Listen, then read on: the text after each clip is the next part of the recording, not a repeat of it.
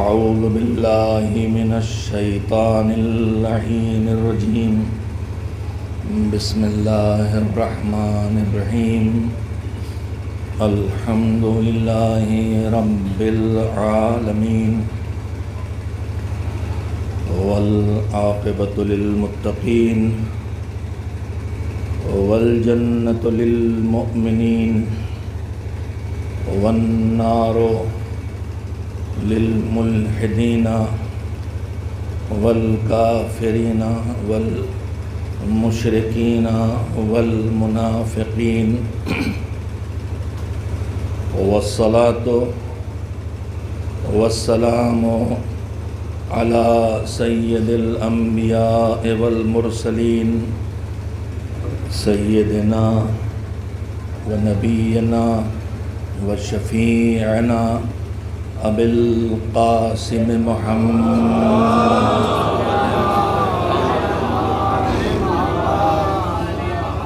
وآله الطيبين الطاهرين المعصومين المظلومين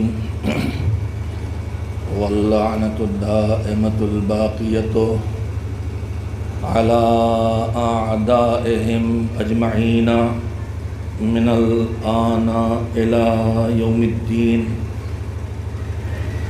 أما بعد فقد قال رسول الله صلی اللہ علیہ وآلہ وسلم.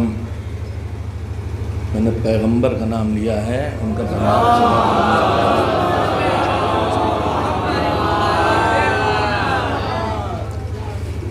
ان لقتل الحسین حرارة فی قلوب المؤمنین لا تبردو ابدا. صلوات بھیجیں محمد.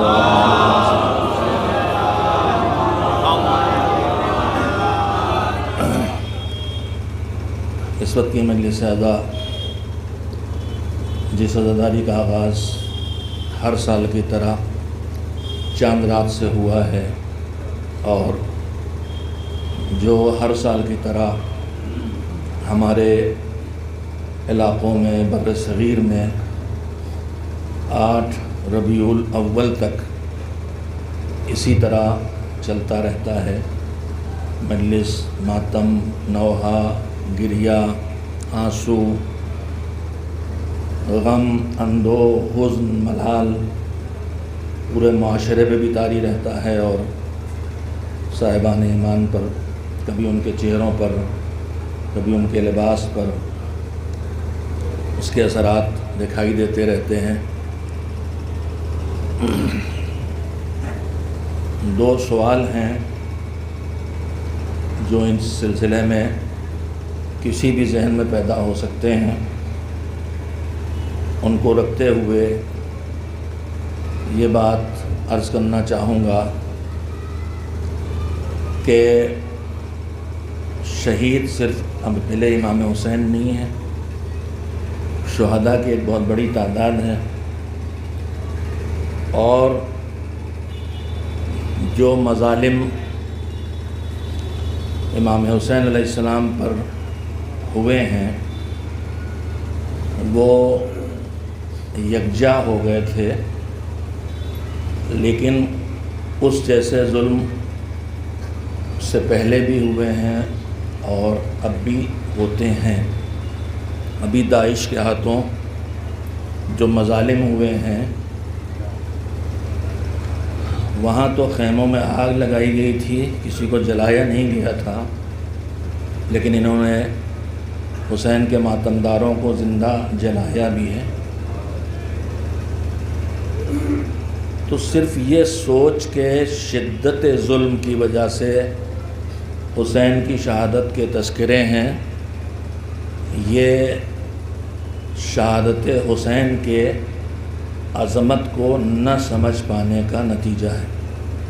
عام طور پر بچپن سے میں بھی سنتا بھی آیا ہوں کہ ظلم تو بہت ہوا ہے لیکن ایسا ظلم نہیں ہوا. اس میں کوئی شبہ نہیں ہے کہ سارے ظلم ایک ساتھ وہاں جمع ہو گئے تھے، لیکن اس کے باوجود صرف یہ وجہ ہو حسین کی صدیوں میں پھیلی ہوئی یادگار منانے کا، یہ حسین کے شہادت کے مقصد کو اور الہی مشیت کو ٹھیک سے نہ سمجھے جانے کا نتیجہ ہے۔ تو ایک سوال یہ ہے کہ عزائے حسین کا اتنا اہتمام کیوں ہے؟ 14 معصومین میں ہمارا زمانے کا والی اور وارث زندہ ہے، اللہ کی حفاظت میں ہے، آئیں گے اور انشاءاللہ حسین جس مقصد سے اٹھے تھے اس مقصد کو پورا کریں گے۔ لیکن 13 معصومین میں سب کے سب شہید ہیں۔ خود حضور سرور کائنات حضرت محمد مصطفیٰ صلی اللہ علیہ وسلم کو جتنا ستایا گیا ہے، پیغمبر نے فرمایا کہ مجھ سے پہلے داستانیں تمہارے علم میں ہیں، جناب نوح کو کتنا ستایا گیا، جناب ابراہیم کو کتنا ستایا گیا۔ جناب نوح تبلیغ کے لیے نکلتے تھے تو انہیں پتھر مارے جاتے تھے، اور اتنے پتھر مارے جاتے تھے کہ پتھروں کے ڈھیر کے نیچے دب جاتے تھے۔ لیکن پیغمبر نے فرمایا کہ جتنا مجھے ستایا گیا ہے ویسے مجھ سے پہلے کسی نبی کو ستایا نہیں گیا، مگر پیغمبر کی وفات جو محققین کی نگاہ میں وفات نہیں ہے، شہادت ہے۔ اور یہ بات تقریباً طے شدہ ہے، کم از کم میرے اس وقت کے مطالعے کا نتیجہ جو عصر غیبت سے لے کے اس وقت تک ہمارے علماء نے، محققین نے لکھا ہے، اور جو اس وقت بہت آسان ہو گیا ہے۔ پہلے ایسے کاموں کے لیے عمریں درکار ہوتی تھیں کہ آپ ایک ایک کتاب ڈھونڈ کے پڑھیں، لیکن اللہ کے کرم سے انسان پہنچ گیا کمپیوٹر کی ایجاد تک، اور آج کمپیوٹر کے سہارے آپ کسی بھی موضوع پر 10 منٹ کے اندر سارے علماء کی رائے کسی بھی موضوع پر حاصل کر سکتے ہیں، اگر آپ کو زبانیں آتی ہیں۔ اگر آپ کو عربی، فارسی، اردو، کم سے کم یہ 3 زبانیں آتی ہیں جن میں اوریجنل کام ہوا ہے، باقی زبانوں میں تو ترجمہ ہی کا کام ہوا ہے۔ عربی میں اوریجنل ہے، سب کچھ اوریجنل ہے، فارسی میں اوریجنل کام بھی ہے اور ترجمہ بھی ہے، اسی طرح سے اردو نے فارسی اور عربی میں جو کچھ دین کے بارے میں تھا اسے ترجمہ بھی کیا ہے، اور اردو میں ہمارے بزرگوں نے اوریجنل کام بھی کیا ہے، اور وہ کتابیں عربی اردو ہی میں نہیں فارسی اور عربی میں بھی لکھی ہیں کہ جو آج بھی نجف اور قم کی مایۂ ناز کتابوں کے مقابلے میں موجود ہیں، جیسے ابقات الانوار ہے۔ یہ چھوٹے چھوٹے جملے میں اس لیے کہتا ہوں کہ ہم اپنے ماضی کو بھول گئے ہیں، اسی لیے ہمارا مستقبل دکھائی نہیں دیتا اور حال کمزور ہو گیا ہے۔ ماضی سے جڑے رہیں تو جذبہ تو کم سے کم پیدا ہوگا کہ جیسے تھے ویسے تو ہو جائیں۔ ہمارے یہاں سے فقہاء و مجتہدین پیدا ہوئے ہیں، صاحب فتویٰ پیدا، خیر اس وقت موضوع میرا نہیں ہے، تو بہت آسان ہے دیکھنا۔ تو میں نے کوشش کی ہے دیکھنے کی اور سمجھنے کی کہ وفات ہے کہ شہادت ہے۔ اس وقت ایک عالم ابھی تھوڑے دن پہلے انتقال ہوا ہے، سید جعفر مرتضیٰ آملی، انہوں نے عمر گزاری تحقیق میں، عام تاریخ نہیں، تاریخ کے وہ موضوعات کہ جو عام طور پر جن میں کچھ نہ کچھ بحث اور اختلاف ہے، انہوں نے 20 50 جلدوں میں کتابیں لکھی ہیں۔ الصحیح من سیرت النبی مثلا، الصحیح فی تاریخ النبی، یعنی ان کی نگاہ میں جو کچھ نبی کی سیرت یا ان کی تاریخ میں لکھا ہے اس میں سے جو انہیں صحیح لگا روایات کی سند کے اعتبار سے، اس کو انہوں نے جمع کیا ہے۔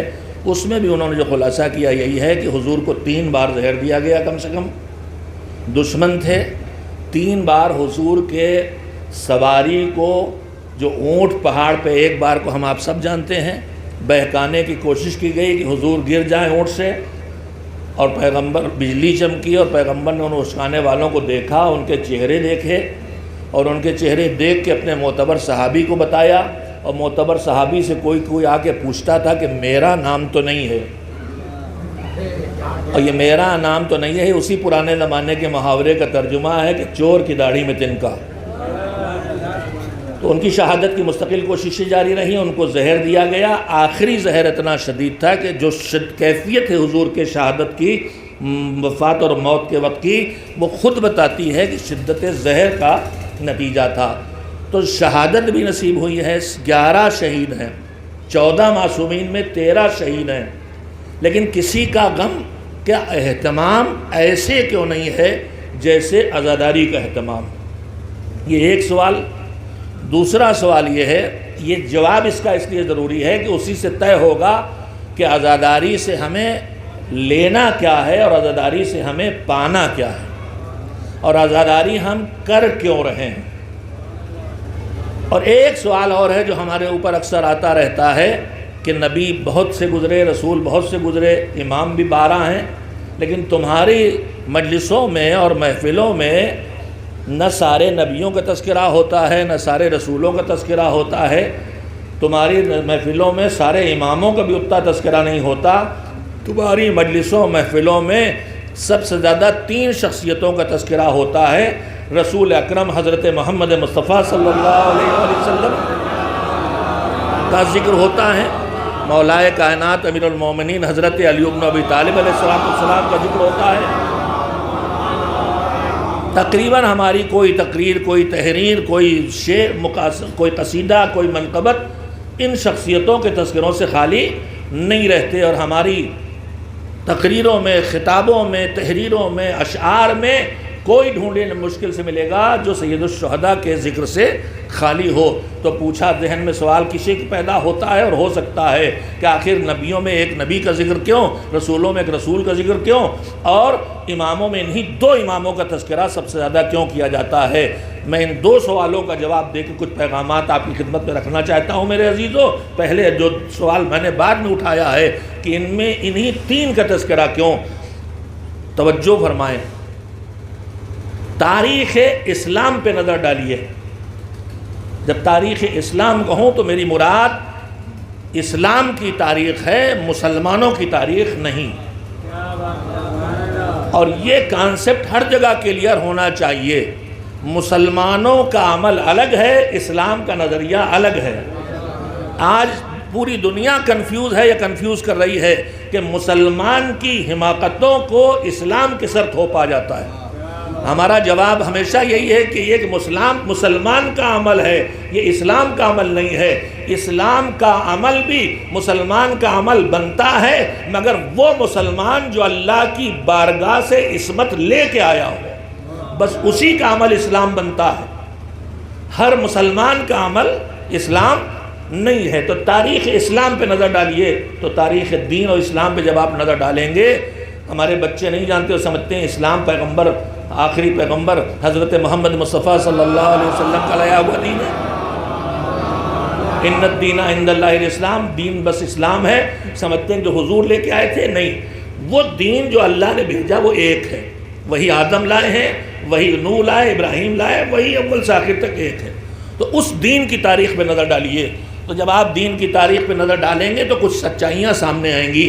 پہلی سچائی یہ سامنے آئے گی کہ کائنات میں جیسے کوئی چیز نہیں بنی ہے خود سے، ویسے ہی دین بھی خود سے نہیں بنا۔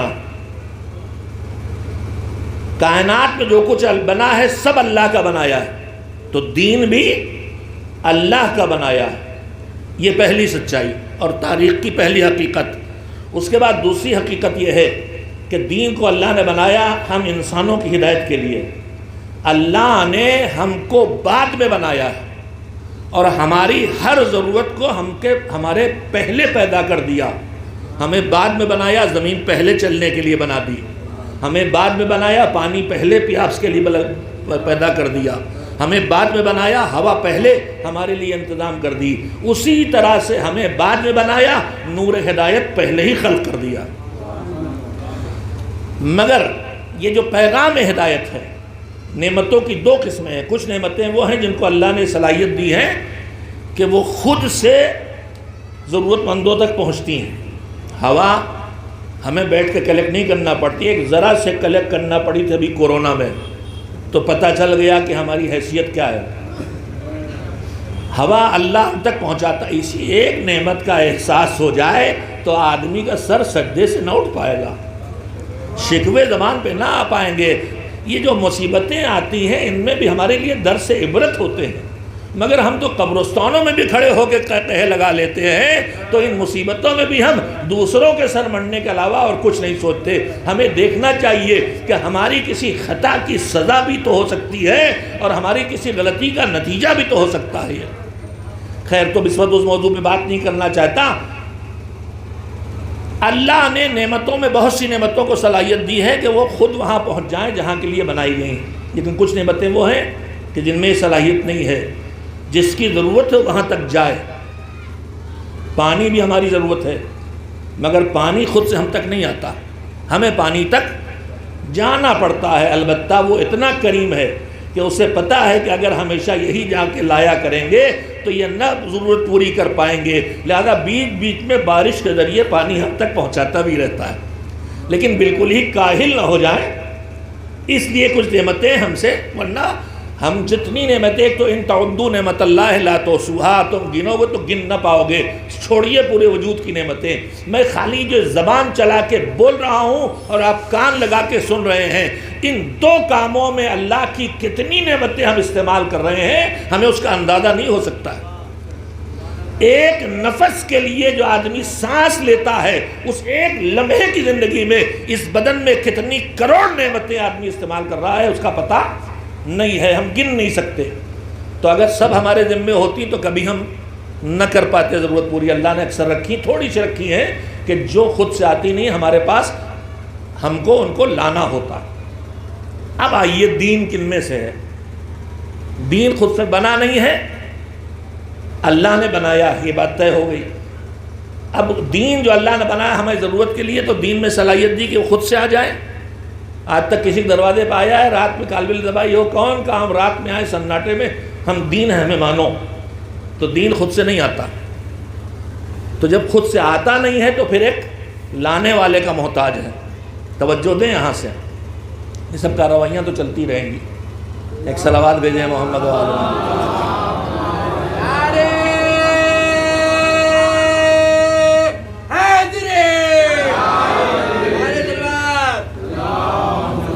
تاریخ دین پر نظر ڈالیں تو دین میں آنے کی صلاحیت نہیں، لایا جاتا ہے، تو ایک لانے والے کا محتاج ہوا۔ اچھا، دین آ گیا، زمین پہ اتار دیا گیا، جہاں بھی آیا، تو کیا دین خود سے پھیلنا شروع ہو جاتا ہے جیسے خوشبو پھیلتی ہے؟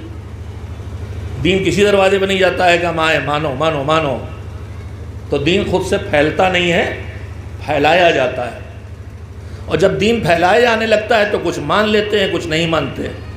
جو نہیں مانتے ان میں سے کچھ دشمن ہو جاتے ہیں اور مٹانے پہ لگ جاتے ہیں۔ تو جب مٹانے پہ لگ جاتے ہیں، تیسری سچائی سامنے آتی ہے کہ دین نہ تلوار لے کے لڑتا ہے، نہ قلم لے کے لڑتا ہے، خود سے بچتا نہیں ہے، بچایا جاتا ہے۔ تو تین مرحلے ہیں، دین آتا نہیں ہے، لایا جاتا ہے، دین پھیلتا نہیں ہے، پھیلایا جاتا ہے، دین بچتا نہیں ہے، بچایا جاتا ہے۔ اب اگر اس حقیقت پہ نظر ڈالیے تو یہ نتیجہ نکلے گا کہ دین جب آتا نہیں، لایا جاتا ہے، تو ایک لانے والے کا محتاج ہے۔ دین پھیلتا نہیں، پھیلایا جاتا ہے، تو ایک پھیلانے والے کا محتاج ہے۔ دین بچتا نہیں، بچایا جاتا ہے، تو ایک بچانے والے کا محتاج ہے۔ بس بارگاہ خدا سے دین لانے والے کو رسول کہتے ہیں، بارگاہ خدا سے دین لا کے پھیلانے والے کو رسول کہتے ہیں، اور آئے ہوئے دین کو پھیلا کے دشمنوں سے بچانے والے کو امام کہتے ہیں۔ دین تین شخصیتوں کا محتاج ہے، لانے والے کا، پھیلانے والے کا، بچانے والے کا۔ اب دین آنا شروع ہوا، آدم آئے، آدم جانے لگے، تو کوئی سند انہیں نہیں ملی کہ پورا دین تمہارے پاس آ گیا۔ نوح آئے، مجلسیں سنتے ہیں، باشعور ہیں، تیز رفتاری سے گزر جانا چاہتا ہوں۔ نوح آئے، 950 سال تبلیغ کی، بڑی زحمتیں اٹھائیں، مگر جانے سے پہلے کوئی سند نہیں ملی کہ تمہارے پاس پورا دین آ گیا۔ یہ سلسلہ چلتا رہا، پیغمبر اکرم حضرت محمد مصطفیٰ صلی اللہ علیہ وسلم آئے، 13 سال مکے میں تبلیغ کی، 10 سال مدینے میں تبلیغ کی، 9 ہجری آ گئی، پورا دین پہنچا دیا، اصول دین سکھا دیے، فروع دین بتا دیے، اخلاق بتا دیا، نماز روزہ حج و زکوٰۃ، حقوق اللہ حقوق الناس، اخلاقیات سب بتا دیے، مگر سند نہ آئی کہ پورا ہو گیا۔ تمام ہو گیا، نعمت کامل ہو گئی، آخری حج کے لیے گئے، آخری حج سے واپس آتے ہوئے میدان غدیر میں رکے، پیچھے والوں کو بلاؤ، انتظار کرو، آگے والوں کو واپس لاؤ، جب نقطۂ اعتدال پہ آ جائیں تو اعلان سنیں۔ تو میرے عزیزوں، غدیری کون ہوگا؟ غدیری وہ ہوگا جو حدوں سے آگے جا کے غالی بھی نہ بنے اور حدوں سے پیچھے رہ جا کے مقصر بھی نہ بنے۔ غدیری وہ ہوگا جو مولائیت کے، اقرار کے، اعتدال کے نقطے پہ کھڑا ہو، جو خالی محبتوں میں بھی اکتفا نہ کرے، جو اطاعت تک خود کو پہنچا دے اور آنکھیں بند کر کے اطاعت کرے، نہ کچھ دین میں گھٹائے نہ کچھ دین میں بڑھائے۔ خیر، میدان غدیر میں مجمع جمع ہوا، خطبہ دیا، اقرار لیا، تم زیادہ حقدار کہ میں تمہارے اوپر زیادہ پاور رکھتا ہوں تصرف کرنے کا۔ سب نے کہا آپ ہم سے زیادہ، آپ ہمارے اوپر اختیار رکھتے ہیں۔ بس جب سمجھا لیا کہ کیا مراد ہے میری کہنے کی، تو اب کہہ دیا، ہاتھوں میں اٹھایا، من کنت مولا فہذا علی مولا، جس کا میں مولا یعنی صاحب اختیار، اس کے علی مولا۔ اب ایک بات ذہن میں آئی گئی ہے، اگرچہ گنجائش اتنی وقت میں نہیں ہے، غدیر کی حدیث سے کوئی مسلمان انکار نہیں کرتا، چاہے کسی فرقے کا ہو۔ تو پھر غدیر کو مان کے بھی علی کو امام کیوں نہیں مانتے یا خلیفہ بلا فصل کیوں نہیں مانتے؟ ایک علمی بات ہے۔ تو اس کی وجہ یہ ہے کہ ہمارے وہ بھائی جو سلسلہ امامت کے قائل نہیں ہیں، وہ کہتے ہیں کہ جو اللہ نے، پیغمبر صلی اللہ علیہ وآلہ وسلم نے یہ کہا کہ علی تمہارے مولا، اس سے مراد ہے کہ علی تمہارے دوست۔ حالانکہ بہت سامنے کی بات ہے کہ مولا کا لفظ علی کے لیے بولنے سے پہلے پیغمبر نے پوچھا، الستو اولا بکم من انفسکم، کہ تمہارے اوپر تم سے زیادہ اختیار ہے کہ نہیں، میں تم سے زیادہ تم کو چاہتا ہوں، دوست رکھتا ہوں، یہ تو نہیں پوچھا۔ یہ نہیں کہا کہ تم جتنی محبت اپنے آپ سے کرتے ہو اس سے زیادہ میں محبت تم سے کرتا ہوں کہ نہیں۔ عربی میں الفاظ ہیں الستو اولا بکم، کیا تمہارے اوپر زیادہ حقدار نہیں ہوں میں تمہارے نفسوں سے؟ تو یہ لفظ تو خود ہی کہہ رہا ہے کہ پیغمبر جو مولا کہنے والے ہیں وہ کن معنی میں؟ جن معنی میں پیغمبر مولا ہے، اور پیغمبر کن معنوں میں مولا ہے؟ صاحب اختیار، صاحب اقتدار، جن کی اطاعت واجب، جن کی بات، جو میرے اوپر مجھ سے زیادہ حق رکھتے ہیں۔ میں اپنی گردن کاٹ کے خودکشی نہیں کر سکتا، حرام ہے، لیکن وہ کہہ دے تو مجھے گردن کٹانا واجب ہو جائے گی۔ ان کا اختیار میرے اوپر مجھ سے زیادہ۔ چلیے اس کو چھوڑیے، لیکن ایک بہت ابھی مجھے پڑھنے کو ملا، افغانستان میں ایک بڑے عالم در اہل بیت تک پہنچ گئے، ان کا انٹرویو میں نے پڑھا ہے، تحریر۔ تو انہوں نے کہا کہ میں در اہل بیت تک پہنچا تو میرے دوست احباب جو سب اہل علم تھے مجھ سے بحث کیا کرتے ہیں، جب میں حدیث غدیر ان کے سامنے پیش کروں تو کہہ دیں اس کا مطلب تو ہے کہ علی تمہارے دوست، جس کا میں دوست اس کے علی دوست، جس سے میں محبت کرتا ہوں اس سے علی محبت کرتے ہیں۔ بہت محبت ہے پیغمبر کو، اور ویسی امت سے تم بھی محبت کرو، علی سے محبت کرو، یہ حکم دیا کہ علی سے محبت کرو۔ کہنے لگا کہ ایک دن میرے ایک دوست آئے، وہ کسی تھوڑا دیہاتی علاقے میں رہتے تھے، قندھار سے ان کے دوست ملنے آئے، 3-4 گھنٹے کی کار کی مسافت تھی، ملے، ملاقات کی، بیٹھے، واپس چلے کہ رات میں مثلا مجھے وعدے ہیں، کچھ وہاں جانا ہے، اور اماں نے کہا تھا رات میں واپس آ جانا، اس لیے میں ضرور رات میں واپس پہنچ جانا چاہتا ہوں۔ چلے گئے، جب 1-1.5 گھنٹے کا سفر آدھا طے کر چکے تو ان دوست نے، میزبان نے ان کو فون کیا کہ واپس آؤ۔ کیوں؟ کہ بہت ضروری بات کہنا ہے۔ ارے بھائی اتنا آ چکے، وعدے بھی ہیں، والدہ نے بھی کہا جانے دو، نہیں بہت ضروری بات ہے، دبا ڈال کے زبردستی بلا لیا۔ جب پلٹ کے آئے 1.5-2 گھنٹے سفر کر کے، کہنے کیوں بلایا ہے؟ کہا میں نے اس لیے بلایا کہ میں تمہیں بتانا چاہتا ہوں کہ میں تم سے بہت محبت کرتا ہوں، میں تمہارا پکا دوست ہوں۔ بگڑ گئے، کیسے آدمی ہو، اتنی دور گئے، واپس بلایا مجھے، آگے چلے گئے، گھر کے پاس پہنچ گئے، واپس بلا کے اتنی بات کر رہے ہو کہ دوست بہت چاہتے ہو مجھے، پکے دوست سے محبت کرتے ہو۔ کہا میں نے تمہیں اتنی دور سے بلا لیا تو تم بگڑے جا رہے ہو کہ اتنی کوئی بتانے کی بات ہے واپس بلا کے، اور پیغمبر نے اتنی دور جانے والے، گھر پہنچنے والے حاجیوں کو بلا کے خالی یہ گرمی میں بتانا چاہتا کہ علی دوست ہے تمہارے؟ تو انہوں نے سر جھکا لیا۔ اتنا اہتمام کرنا خود بتاتا ہے کہ کوئی غیر معمولی بات ہونے والی جو ابھی تک کہی نہیں گئی۔ ایک صلوات بھیجے محمد ہے 23 سال میں 1,23,999 نبیوں میں 313 رسول 5 اولو العزم، کسی کو سند نہیں ملی کہ تمہارے ہاتھ پر دین کامل ہو گیا۔ پیغمبر کو بھی 23 سال میں نہ ملی یہ سند، لیکن میدان غدیر میں جب اعلان ولایت کر دیا تو ادھر سے آیت آئی الیوم اکملت لکم دینکم، آج دین پورا، واتممت علیکم نعمتی، اور میری نعمت تم پر تمام، ورضیت لکم الاسلام دینا، اور آج میں جا کے دین اسلام سے راضی ہوا۔ تو اب راضی اللہ اسی سے ہوگا جو ولایت علی تک پہنچ جائے، اور ولایت کا مطلب ان کی اطاعت، ان سے صرف محبت نہیں، خالی ان کی قصید خوانی نہیں، ان کی اطاعت کرو گے تب یہاں پہنچو گے۔ خیر، تو میں نے بات کہاں سے چھیڑی تھی کہ آخر ان تین کا تذکرہ زیادہ کیوں؟ تب سنیے، دین آیا، دین پھیلا، دین پر حملے ہوئے تو دین بچانے کے لیے اٹھے۔ اب یہ بتائیے، ایک سوال اور کیا جاتا ہے کہ انہی تین کا تذکرہ کیوں زیادہ ہے، اور دوسرا ایک سوال ہم سے کیا جاتا ہے، آگے جواب دینے کے وقت تو جواب سن لیں، کہ اگر اللہ کو ہدایت کا نظام قیامت تک چلانا تھا تو رسالت اور نبوت ہی کو باقی رکھا ہوتا، یہ امامت کا منصب کیوں شروع کیا؟ تو پہلے اس کا جواب، پھر ان تین کا تذکرہ کیوں زیادہ، تین شخصیتوں کو آگے جواب دینے کا وقت۔ سوال ہم سے کیا جاتا ہے کہ اگر ہدایت کی ضرورت تھی انسان کو تو ہدایت کے سلسلے کو رسالت و نبوت ہی کو جاری رکھتا، نبی رسول آتے رہتے، یہ رسالت و نبوت ختم کر کے امامت کیوں شروع ہوئی؟ تو جواب یہاں ہے، کہاں؟ غدیر کے میدان میں جب اعلان ولایت علی ہو گیا تو اب اس کا مطلب کیا ہوا؟ نوح کو سند نہیں ملی کہ سب آ گیا، کچھ لانا باقی ہے، تو لانے والے کو آنا چاہیے، وہ ہے رسول۔ ابراہیم کو بھی سند نہیں ملی کہ سب آ گیا، اس کا مطلب ابھی پھر باقی ہے لانے والے کو، لہذا آنا چاہیے وہ جو لائے۔ مگر جب غدیر کے میدان میں اعلان ولایت کے بعد یہ سند مل گئی کہ دین کامل ہو گیا، یعنی اب جو ادھر سے آنا تھا سب آ چکا، تو اب دین کو لانے والے کی ضرورت باقی نہیں رہ گئی، لہذا رسالت و نبوت ختم کر دی گئی، مگر دین پھیلا نہیں ہے ابھی تو ان پر، اور دین کے دشمن مٹے نہیں ہیں، لہذا ایک پھیلانے اور بچانے والے کی ضرورت باقی ہے، لانے والے کی ضرورت نہیں تھی تو رسالت ختم ہو گئی، پھیلانے اور بچانے والے کی ضرورت تھی، اس لیے امامت شروع کر دی گئی۔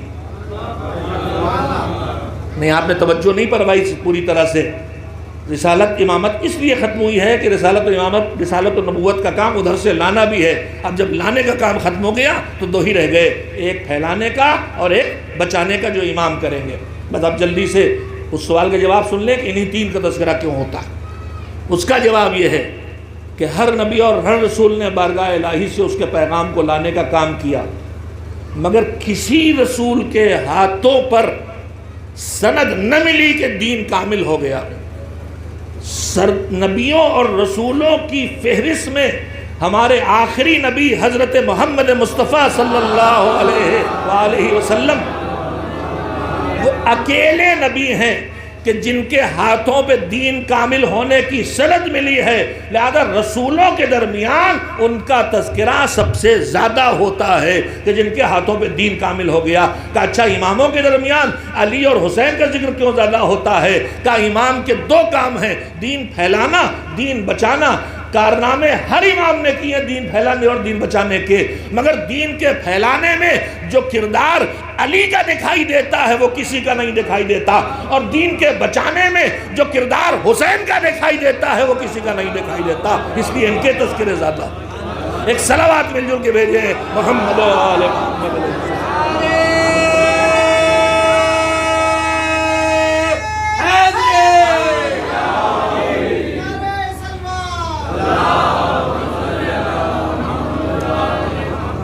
اور یہیں سے فلسفہ بھی سامنے آ گیا کہ ان کے تذکروں کو عبادت کیوں کہا گیا، کیوں معصومین نے کہا کہ اتجلسون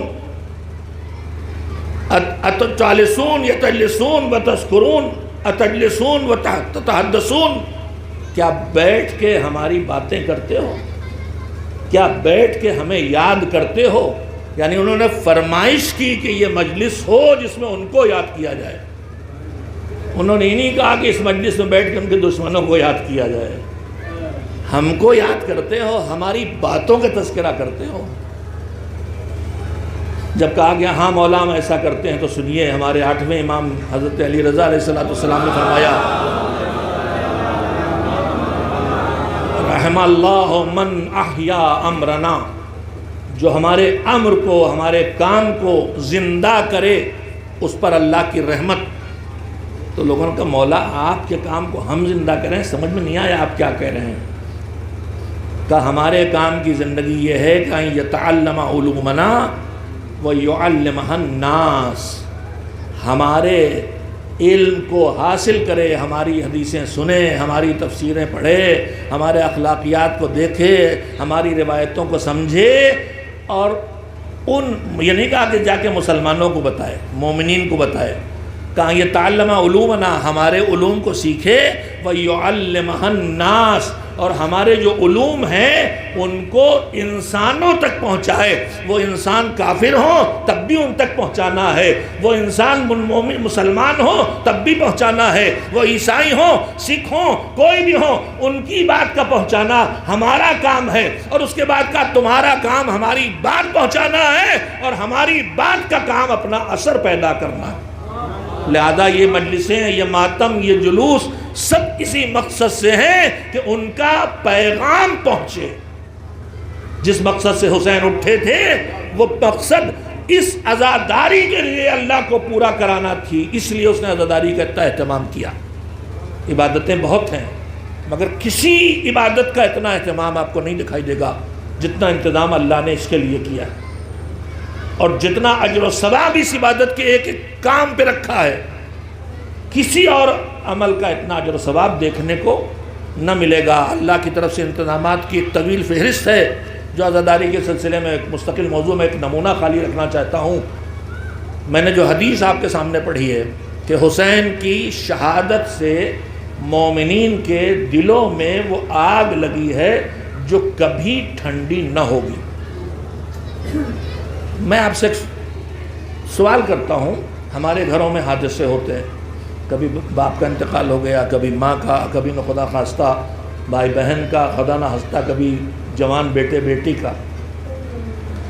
تو انسانی فطرت ہے کہ جب کوئی ایسا حادثہ ہوتا تو آدمی انتہائی درجہ غمگین اور رنجیدہ ہوتا ہے. گریا، آنسو، رونا پیٹنا اتنا رنجیدہ ہوتا ہے کہ 3 دن سے باپ کے لیے جو کوما میں پڑے تھے، اسپتال میں تھا، کھانے پینے کا ہوش نہیں تھا. اب جنازہ لے کے آیا ہے، آج کئی دن ہو گئے اس نے کچھ کھایا پیا ٹھیک سے نہیں. اب لوگ خوشامد کر رہے ہیں، بیٹا ایک گلاس پانی تو پی لو، کچھ نہ کھاؤ، ایک پیالی چائے پی لو. ہاتھ جوڑ کہتا ہے ابھی حلق سے نہیں اترتا.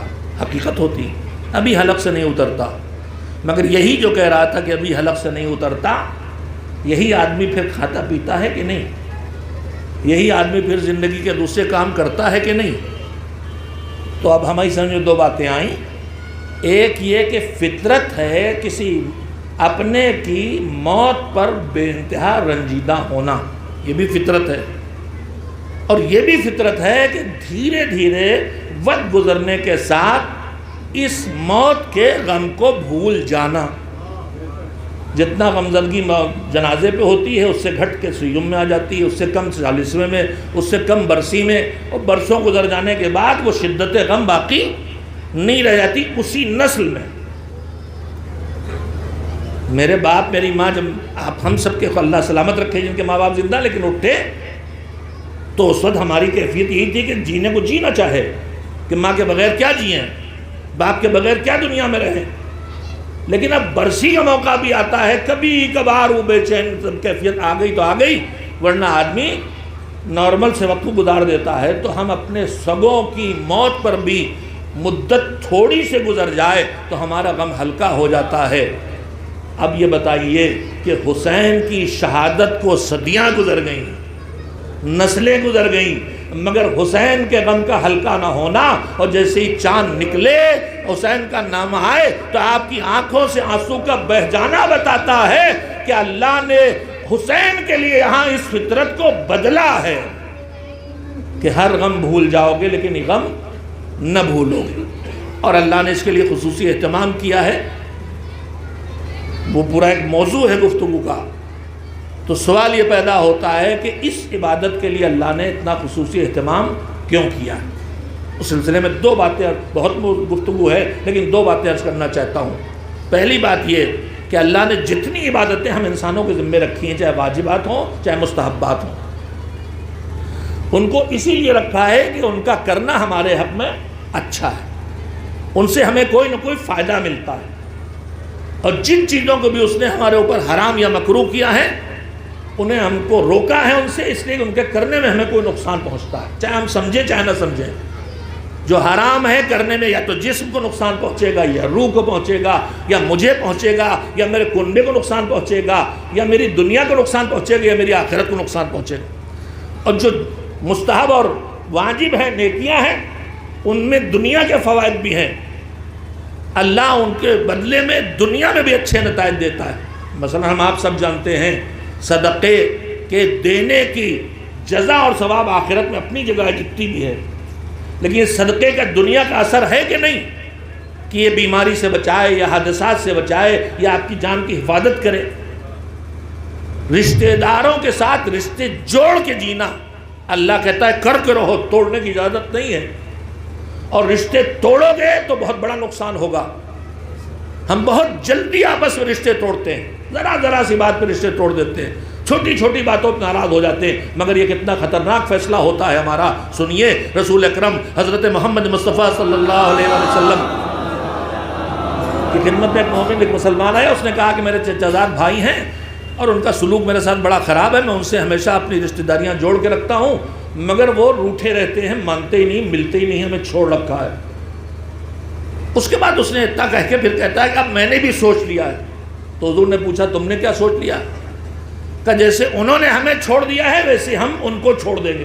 میرا ہر بھائی، میرا ہر بیٹا، میری ہر بہن، میری ہر بیٹی، خاص کر کے میری بہنیں اور بیٹیاں سنیں، اور میری بزرگ جو میری خالاؤں کی جگہ، پھوپھیوں کی جگہ ہیں، وہ سنیں، ہم بہت جلدی رشتے چھوڑ دیتے ہیں، توڑ دیتے ہیں، ملنا جلنا بول چال چھوڑ دیتے، سلام دعا چھوڑ دیتے۔ سنیے کتنا خطرناک کام ہے یہ۔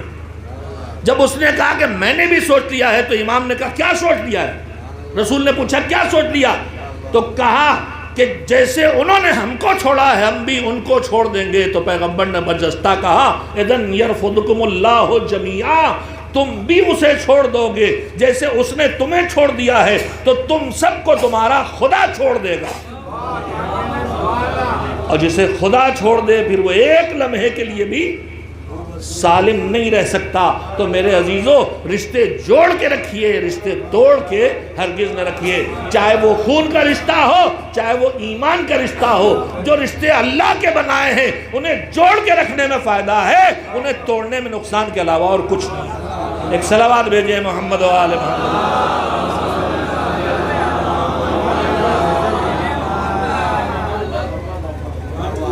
اذن یرفضکم اللہ، پھر فرمایا کہ جناب یونس نے جو اتنی مشکلیں اٹھائیں، مچھلی کی کشتی پھینکے گئے، نکالے گئے، مچھلی کے پیٹ میں گئے، لباس ختم، کھال ختم، لوکی کدو کے پتے اگر اللہ نے اگائے، ایک اور مدت گزاری، صحیح سالم ہو کے پھر واپس آئے۔ کہا یہ ایک لمحے کے لیے اللہ نے ان کی طرف سے ذرا سے اپنی نظر ہٹا لی تھی تو یہ گزرا۔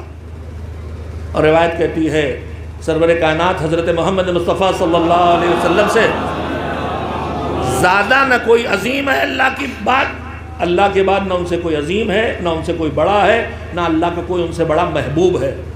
مگر ان کی فکروں میں فکر دیکھیے، ہم آپ جب افکار کا شکار ہوتے ہیں، کوئی بڑی پریشانی ہوتی ہے تو کہیں بھی ایک دم سے یاد ہے مالک بیٹا بیمار ہے شفا دے دے، کہیں بھی یاد آ گیا دعا کر لیتے۔ پیغمبر کی سیرت دیکھیے، روایت کہتی ہے کہ مدینے میں چل رہے ہیں، راستہ چلتے چلتے ایک مرتبہ رکے، آسمان کی طرف چہرہ اٹھایا، ہاتھ اٹھائے، اور اس کے بعد دعا کی اللہم ربی لا تکلنی الی نفسی طرفۃ عین ابدا۔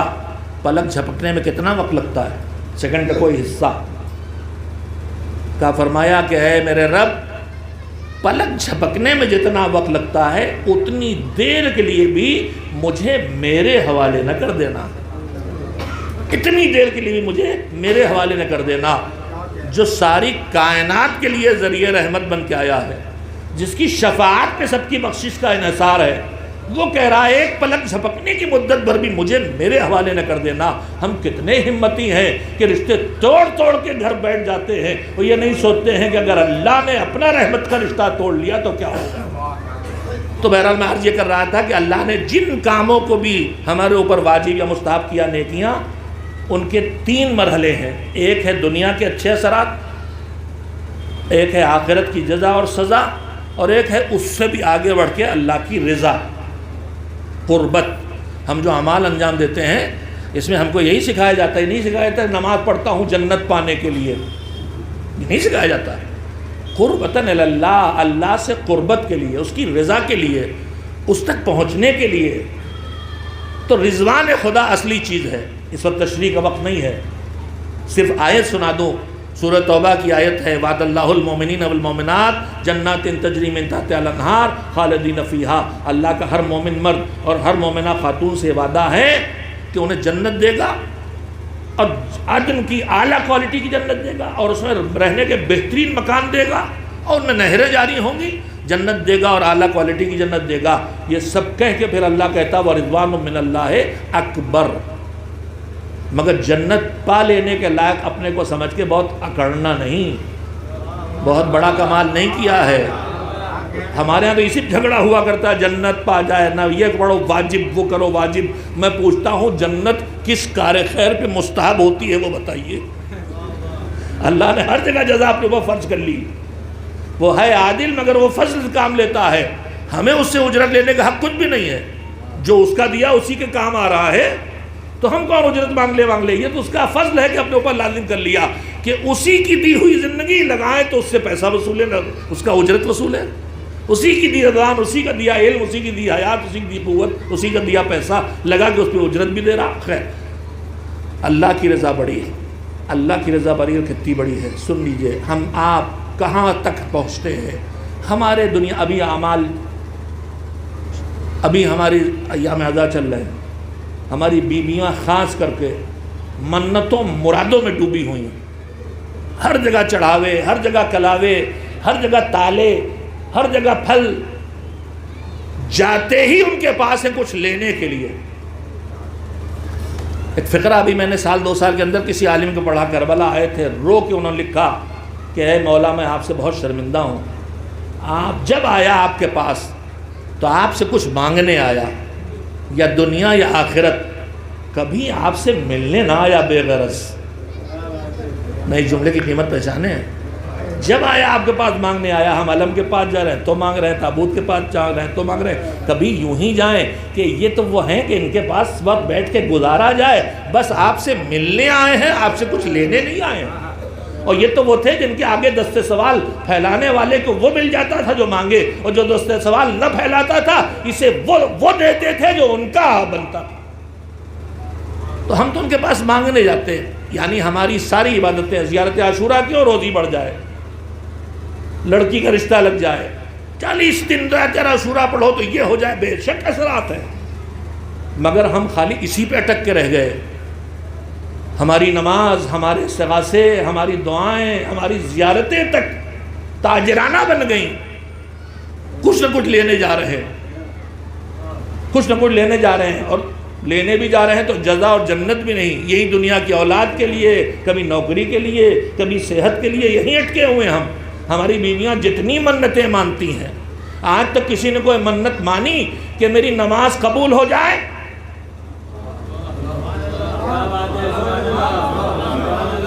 کسی نے منت مانی کہ میرا روزہ قبول ہو جائے؟ کہا پانے کیسے، پتہ کیسے چلے؟ میں نے کہا پیغمبر کے جانشینوں نے بتا دیا۔ کسی نے پوچھا مولا میری نماز قبول ہوتی کہ نہیں، پتہ کیسے چلے؟ کہا قرآن کی آیت میں اس کا حل لکھا کیا؟ کہا ان الصلاۃ تنہی عن الفحشاء والمنکر، نماز برائیوں سے، کھلے گناہوں سے، چھپے گناہوں سے سب سے روکتی ہے۔ اگر نماز بھی پڑھ رہے ہو اور گناہوں سے بچنے کی طاقت بڑھ رہی ہے تو سمجھ لو نماز قبول ہو رہی ہے، اور اگر نماز بھی چل رہی ہے غیبت بھی چل رہی ہے، نماز بھی چل رہی ہے جھوٹ بھی چل رہا ہے، نماز بھی چل رہی ہے ظلم بھی چل رہا ہے، نماز بھی چل رہی ہے فتنہ بھی چل رہا ہے، تو اس کا مطلب نماز وہ دوا ہے جو کام نہیں کر رہی ہے، اور دوا کام نہ کرے، ڈاکٹر کا نسخہ خراب نہیں ہے، یہ تم سے پرہیز میں غلطی ہوئی ہے، یہ تم سے دوا کے کھانے میں کوئی غلطی ہوئی ہے جس کے نتیجے میں اس کی بارگاہ میں قبول نہیں ہوا۔ روزہ قبول ہوا کہ نہیں کیسے پتہ چلے؟ کہا ہم نے روزہ تمہیں پر فرض کیا تو کہہ دیا تھا لعلکم تتقون، روزہ رکھو گے تقوی آئے گا، تقوی آئے گا مطلب کم سے کم تقوی یہ ہوگا کہ واجب نہ چھوٹے حرام نہ ہو۔ تو ماہ مبارک رمضان کا ہمارا روزہ قبول ہوا کہ نہیں پتہ چلانا ہے تو عید کے دن دیکھ لیجئے 29 شعبان کا کوئی گناہ اب عید کے دن نہ دہرایا جائے تو رکا قبول، اور اگر اس دن خاص کر کے گانے بج رہے ہیں، اس دن خاص کر کے کوئی فلم جو دیکھنا جائے نہیں دیکھی جا رہی، تو اس کا مطلب روزے نے اپنا کام نہیں کیا، تقویٰ نہیں آیا۔ تو ہم تو اٹک جاتے ہیں دنیا کی ضرورتوں پر دین کے اس چیزوں سے، مگر اللہ کہتا ہے تم دنیا تو چھوڑو، جزا کے لیے بھی نہ کرو، رضوان من اللہ اکبر، اللہ کی رضا کے لیے آگے بڑھو، اللہ کی رضا کے لیے۔ مولا کائنات امیر المومنین حضرت علی بن ابی طالب علیہ السلام جملہ، بس میں ختم کر رہا ہوں اپنی بات کو، ارشاد سنیے۔ اچھا یہ بتائیے جنت ہمیں کیوں چاہیے؟ دنیا سے آگے بڑھتے ہیں، جنت جنت جنت، اس سے آگے کچھ نہیں ہے۔ من بقا ساری طاقت اسی میں لگی ہے کہ جو حسین پہ روئے رولائے اور رونے جیسی کیفیت کا کرے، اپنے اوپر تاری، اس پہ جنت واجب۔ بھیا ہر نیکی میں جنت واجب ہے بشرطے کو قبول ہو جائے، اور قبول ہونے کی شرط ہے، پہلی شرط صحیح ہونا، دوسری شرط خلوص اور للہیت ہونا، ریاکاری اور دکھاوا نہ ہونا، اور تیسری شرط تقوی ہونا، انما یتقبل اللہ من المتقین، اللہ بس تقوی والوں کے عمل کو قبول کرتا ہے۔ اور تقوی کا مطلب کیا ہے؟ واجب نہ چھوٹے، حرام نہ ہو۔ تو پھر اس فہرست میں عزاداری بھی آ جاتی ہے۔ عزاداری میں میں نے اتنا پیسہ لگایا، اتنا وقت لگایا، اتنا محنت کی، پروردگار قبول ہوگا کہ نہیں؟ کہا یہ دیکھو تمہارے اندر تقوی ہے کہ نہیں؟ تقوی ہے تو قبول ہوگی، تقوی ہے یعنی تم واجب نہ چھوڑو، حرام نہ کرو۔ تو اب عزاداری تب قبول ہوگی جب واجب نمازیں بھی ادا ہوتی رہیں، واجب روزے بھی رکھے جاتے رہیں، واجب حج بھی کیے جاتے رہیں، حرام غیبت سے بھی بچا جائے، حرام نجس سے بھی بچا جائے، حرام وقت کے غصب کرنے سے بھی بچا جائے، واجب ہوتے رہیں، حرام سے بچتے رہو، تب بنو گے صاحب تقوی۔ اور جب صاحب تقوی بنو گے تب تمہارا ہر عمل خیر قبول ہوگا، اور اس میں سر فہرست عزاداری ہے، جس کے قبول ہونے کی شرط تقوی ہے۔ گناہوں پر اصرار کر کے عزاداری کے قبول ہونے کی امید نہ لگاؤ، واجبات کو چھوڑ کے کسی بھی عمل خیر کو قبول ہونے کی امید نہ لگائے میرا کوئی جوان۔ ایک صلوات بھیجے محمد و آل محمد۔ تو جنت ہمیں کو چاہیے؟ کہ جنت اس لیے چاہیے کہ دنیا میں ہم نے بہت چیزیں چاہیے، سب نہ پال سکے، سب نہ حاصل کر سکے۔ جنت اس جگہ کا نام ہے جس کے لیے بتایا گیا کہ جیسے ہی جنتی کے دل میں کوئی خیال آئے گا فوراً وہ چیز اس تک پہنچ جائے گی۔ تو جنت کس جگہ کا نام ہے؟ جنت اس جگہ کا نام ہے کہ جہاں جنتی کی ہر مرضی پوری ہوگی۔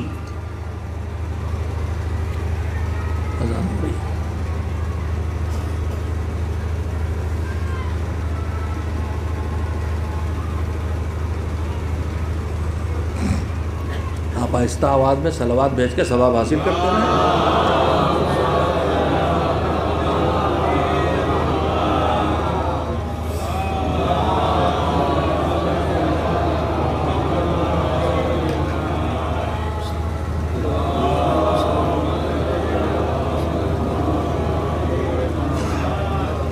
صلوات کے بارے میں جتنا پڑھا ہے اس کا خلاصہ یہ ہے کہ قبر سے لے کے صراط تک ہر جگہ جو نیکیاں کام آنے والی ان میں ایک سر فہرست یہ صلوات ہے محمد و آل محمد علیہ السلام۔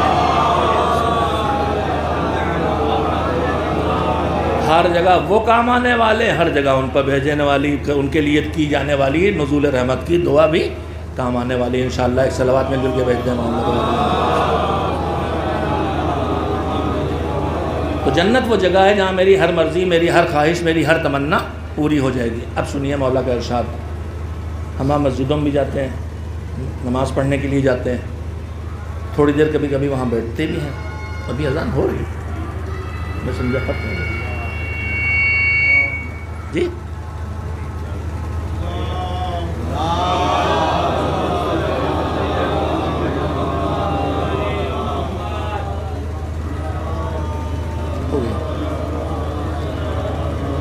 ختم ہو گئی میرا خیال سے. ایک صلوات بھیجیں محمد و آل محمد علیہ وسلم. ذہن سے سلسلہ نہ ٹوٹے آپ کے. جنت و جگہ جو میری ہر مرضی پوری ہوگی. مسجد میں ہم جاتے ہیں، نماز پڑھنے کے لیے بیٹھے ہیں، انتظار میں بیٹھے ہیں، دعا کر رہے ہیں، تلاوت کر رہے ہیں، قرآن پڑھ رہے ہیں. اب سنیے، اذان ہی ہو رہی ہے، ایک کے بعد ایک ہو رہی کیا؟ الگ الگ رخ ہے جی. فاصلہ ہو تو پڑھتے ہیں جی. ایک صلوات بھیجیں محمد والے محمد علیہ وسلم. اندر تک آواز آتی رہے میری. اب سنیے مولا کا جملہ. فرمایا کہ ان الجلوس بالجامع خیر لی من الجلوس بالجنہ. مسجد میں بیٹھنا میرے لیے جنت میں بیٹھنے سے اچھا ہے. کیوں میرے مولا؟ لأن بالجنت رضا نفسی و بالجامع رضا ربی.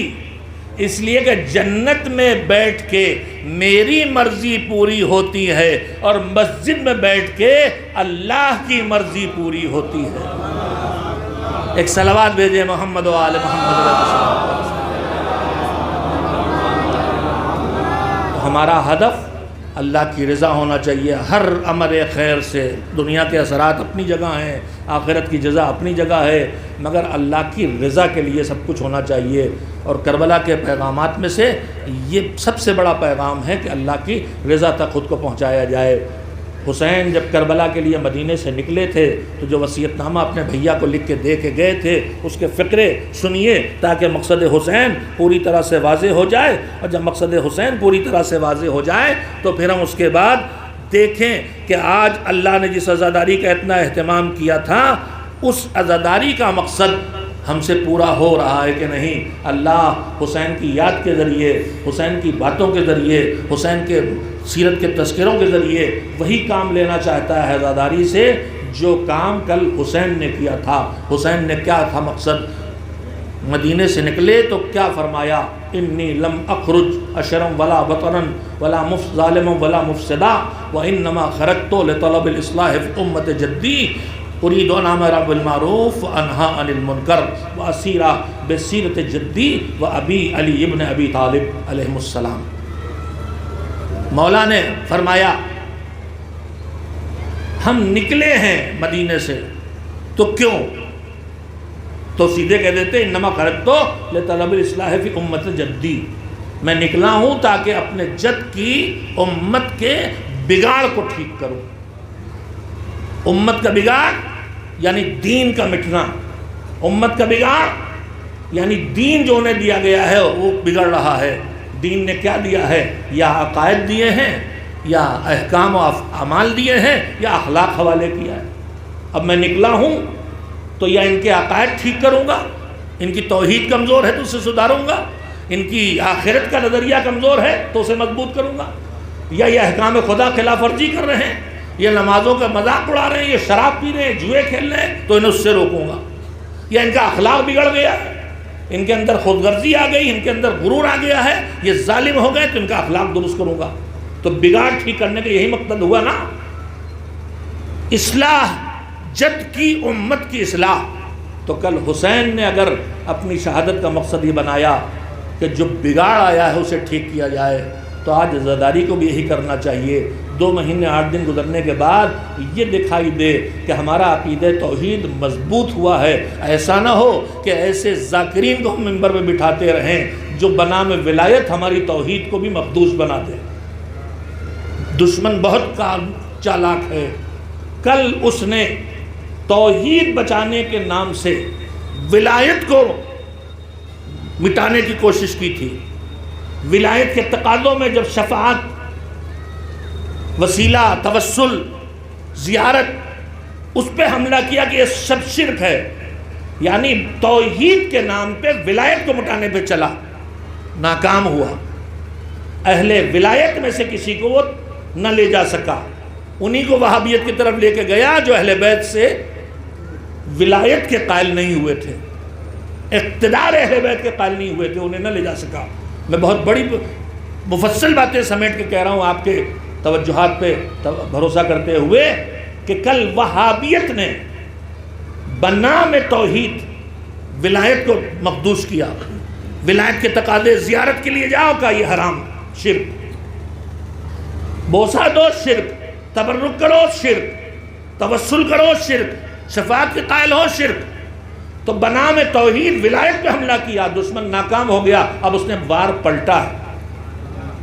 اب وہ ولایت کی اعلیٰ منزلیں بظاہر بیان کر کے جذباتی شیعوں کو ولایت کے چکر میں ڈال کے توحید سے دور کر رہا ہے۔ جو اللہ کی مخلوق ہے انہیں خالق بتا رہا ہے، جو اللہ سے روزی پہنچانے کا ذریعہ ہے انہیں رازق بتا رہا ہے، جو اللہ سے حیات تقسیم کرنے کا ذریعہ ہے انہیں حیات دینے والا بتا رہا ہے۔ کل اس نے ولایت کو مٹانا چاہا تھا بنام توحید، 100% ناکام ہو گیا تھا۔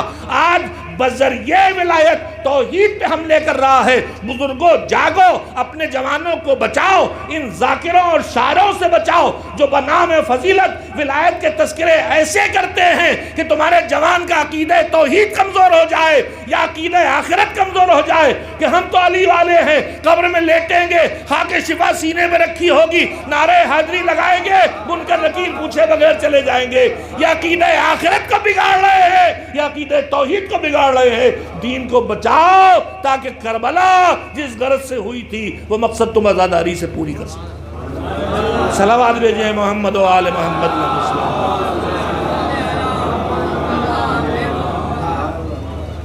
بس ایک بات اور بہت کام کی، میں گھر سے نکلا، ابھی کوئی دروازے پہ ملا، کہاں جا رہے ہیں؟ تو میں کیا کہوں گا، میں لسٹ پڑھنے جا رہا ہوں۔ میں یہ تھوڑی کہوں گا کہ میں کسی فلاں کے یہاں چائے پینے نہیں جا رہا، میں کھانا کھانے نہیں جا رہا، میں ڈاکٹر کو دکھانے نہیں جا رہا، ہزاروں کام جو کرنے نہیں جا رہا ہوں، ایک کام کرنے جا رہا ہوں، مجلس پڑھنے۔ تو میرے مولا آپ نکلے ہیں مدینے سے، آپ کیا کرنے جا رہے ہیں بتا دیجیے۔ مگر آپ وصیت، علماء سب ہیں پڑھتے ہی رہتے ہیں، آپ کو زبانی یاد ہو جانا چاہیے۔ وصیت دیکھیے امام کی، اور وصیت کا مطلب یہ ہے کہ زبان سے نکلے کلمات نہیں سننے والے سے اس غلطی ہو جائے۔ وصیت کا مطلب یہ ہے کہ جو لکھ کے دیا ہے۔ تو یہ بعد میں بتایا حسین نے کہ ہم کیا کریں گے، یہ پہلے بتایا ہم کیا نہیں کریں گے۔ انی لم اخرج، میں نہیں نکلا ہوں، کیوں؟ اشرن، اکڑنے کے لیے، غرور جتانے کے لیے۔ ان کے پاس سردار جنت ہیں، علی کے بیٹے ہیں، رسول کے رخت جگر ہیں، فاطمہ کے کلیجے کی ٹھنڈک ہیں، ان کا گھر فرشتوں کی آمد رفت اور خدمت کا ٹھکانہ ہے، ان کے طفیل میں دنیا بنی، ان کے پاس بہت کچھ ہے، مگر میں اکڑنے کے لیے نہیں نکلا۔ ولا بطرن، اللہ نے جو کچھ مجھے دیا اس پر اٹھلانے نہیں نکلا۔ لوگوں کے سامنے ہمیں چھوٹی سی نعمت مل جائے، بقول شخصے کے ایپل والے، سیب والے جو آئی بی فون خریدتے ہیں، آئی فون، تو ٹیڑھا ٹیڑھا لگاتے ہیں تاکہ کٹا والا سیب دکھائی دے جائے۔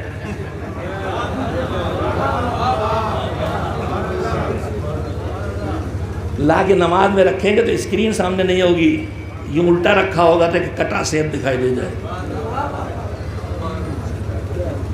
گاڑی اگر ذرا سے اچھی آ گئی ہے تو واٹس ایپ پہ آفت مچی ہوئی ہے تصویروں کی، تو کہا میں کسی پہ اترانے نہیں نکلا، میں غرور کرنے، میرا خاندان اونچا، میں حسین سے اونچا خاندان کسی کا ہے، مگر خاندان جتانے نہیں نکلے۔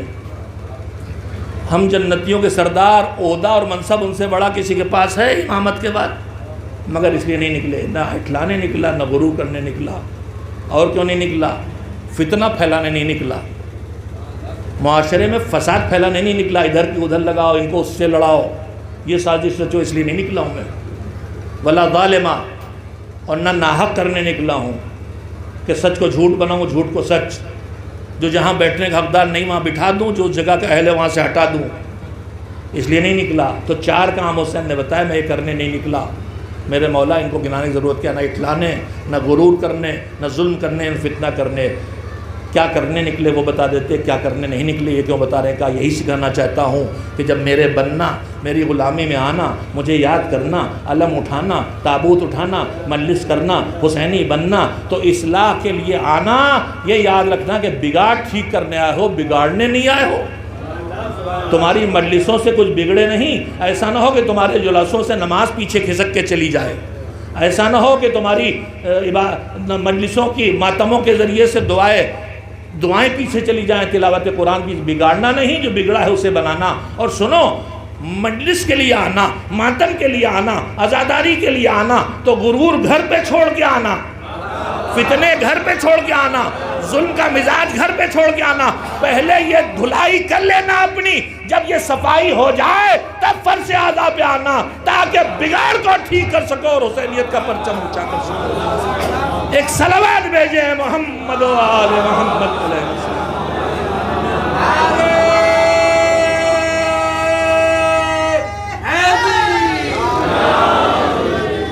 بس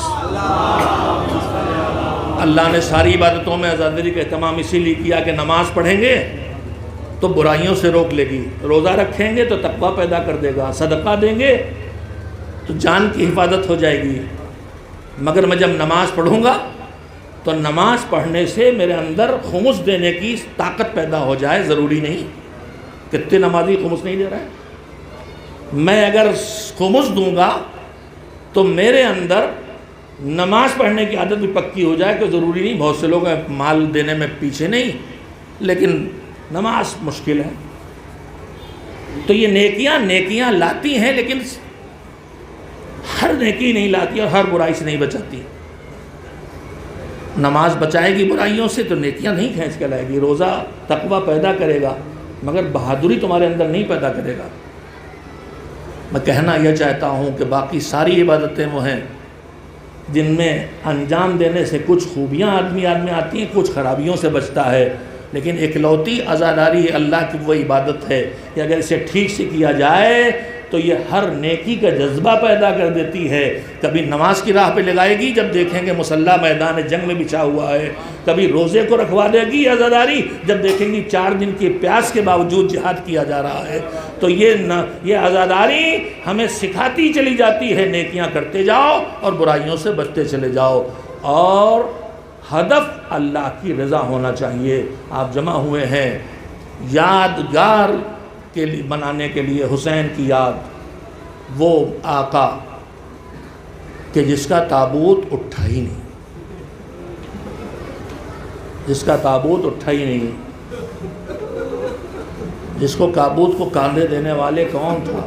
ایک بیمار بیٹا جو باعجاز آیا اور کچلی ہوئی لاش کو ڈھونڈ کے اپنے ہاتھوں سے اکیلا قبر میں اتارا، اور وہ علم اٹھائیں گے کہ جس علم کو عباس نے اس وقت تک گرنے نہیں دیا جب تک دونوں ہاتھ نہ کٹ جائیں، اور اس علم میں ایک چھوٹا سا مشکیزہ ہوگا جو مشکیزہ یہ یاد دلاتا ہے کہ اسی پانی کے لیے چچا گیا تھا، پانی نہ آیا تو بھتیجی پانی کے لیے تڑپتی ہی رہی اور پیاسی شہید ہو گئی۔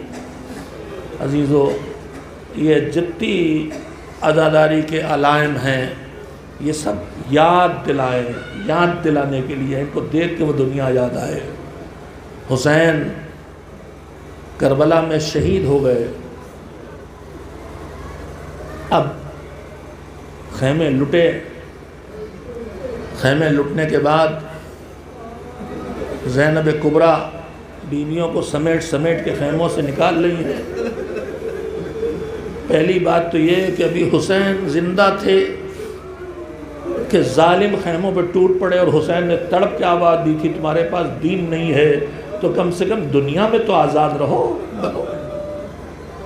مگر تھوڑی دیر کے بعد سوکھے گلے پہ خنجر چل گیا، سروں سے چادریں چھننے لگیں۔ اب جو سروں سے چادریں چھننے لگیں تو بیویاں گھبرا کہ جس خیمے میں آگ لگی اس سے نکلتی ہیں، دوسرے خیموں میں اس میں آگ لگی، تیسرے خیمے میں، اور بیویوں سے سمٹ کے نامحرموں کی تیز نگاہوں سے خود کو بچا رہی ہیں، یہاں تک کہ سب خیمے جل گئے، بس ایک خیمہ بچا ہے جس میں وقت کا امام بستر بیماری پہ ہے، بستر بیماری پہ امام ہے، ایک مرتبہ بیمار بھتیجے کا بازو پکڑ کے سید سجاد کا بازو پکڑ کے زینب نے ہلایا، بیٹا تمہارا باپ شہید ہو چکا، ہمارے سروں سے چادریں چھن گئی، ہم ننگے سر ہیں، آخری خیمہ جل رہا ہے، بتاؤ زندہ جل کے مر جائیں ننگے سر باہر نکلے۔ زینب کوئی سوال کہہ رہا تھا کہ زندہ جل کے مر جانا ان کے لیے آسان ہے، مگر امام وقت حکم دیا پھوپھی اماں جان بچانا ہے، دین کا پیغام پہنچانا ہے۔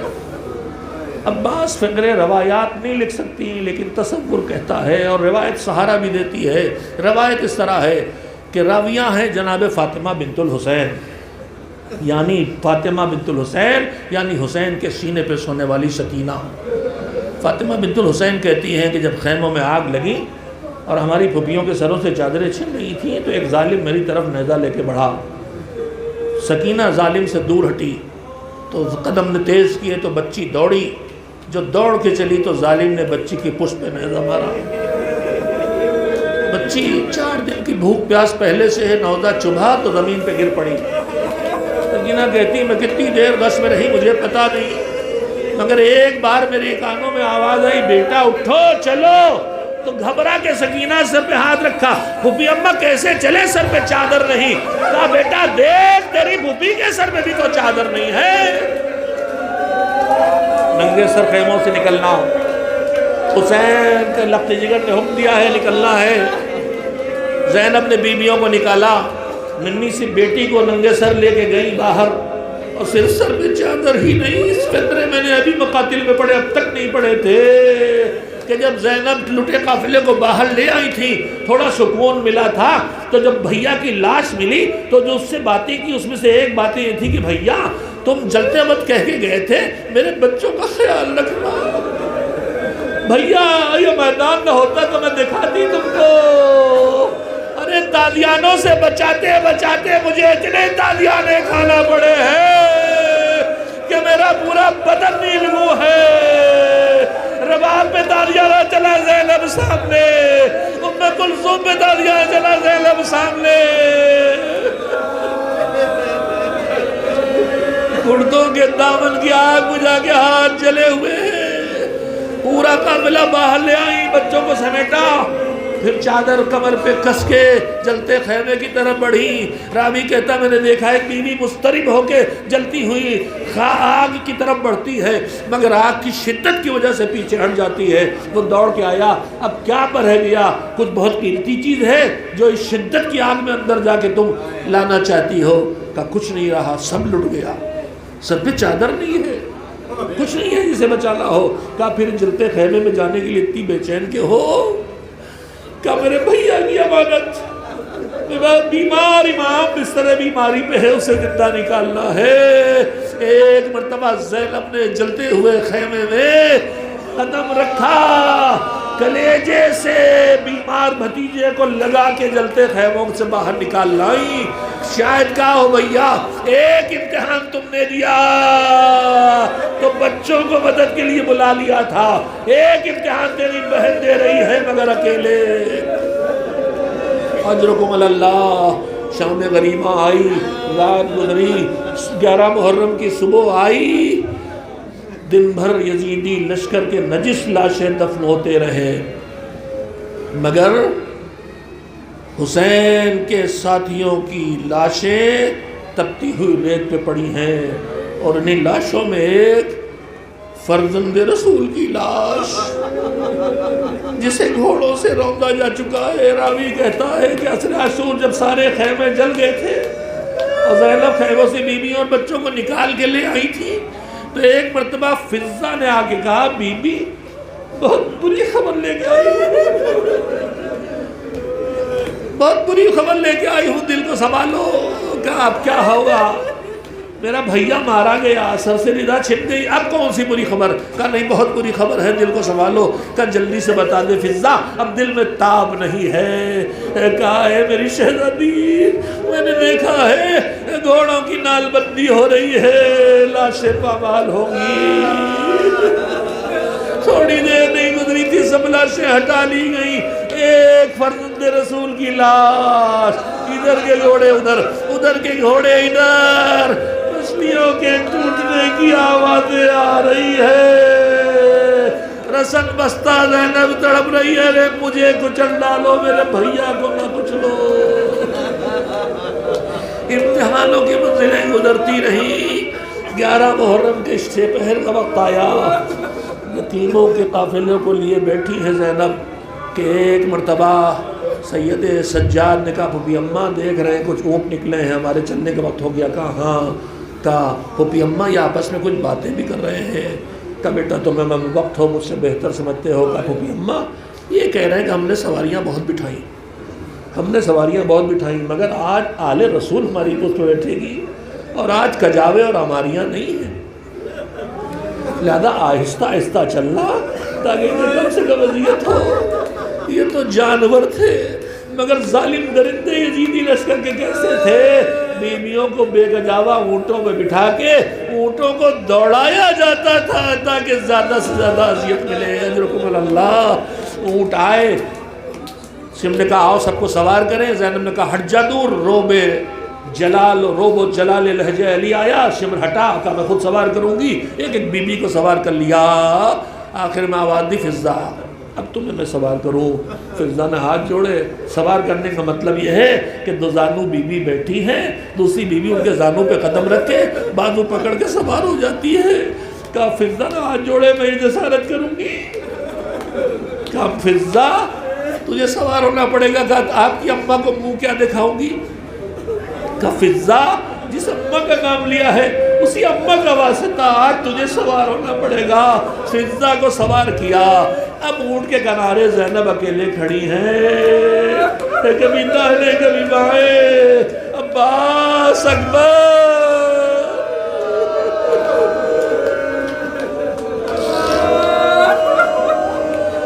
کیسے سوار ہوئی نہیں معلوم، قافلہ ادھر سے گزرا جدھر سے لاشیں پڑی، بیویوں نے گرایا، وارثوں تک پہنچایا۔ زینب نے بھیا کی کچلی لاش تپتی ریت پہ دیکھی۔ نانا رسول اللہ آپ پہ ملائکہ سماوات درود و سلام بھیجے، اور آپ کے جنازہ نواسے کی لاش بے رنگ و کفن پڑی۔ آپ کی بیٹیوں کی سروں پہ چادریں چھینی جا چکی ہیں۔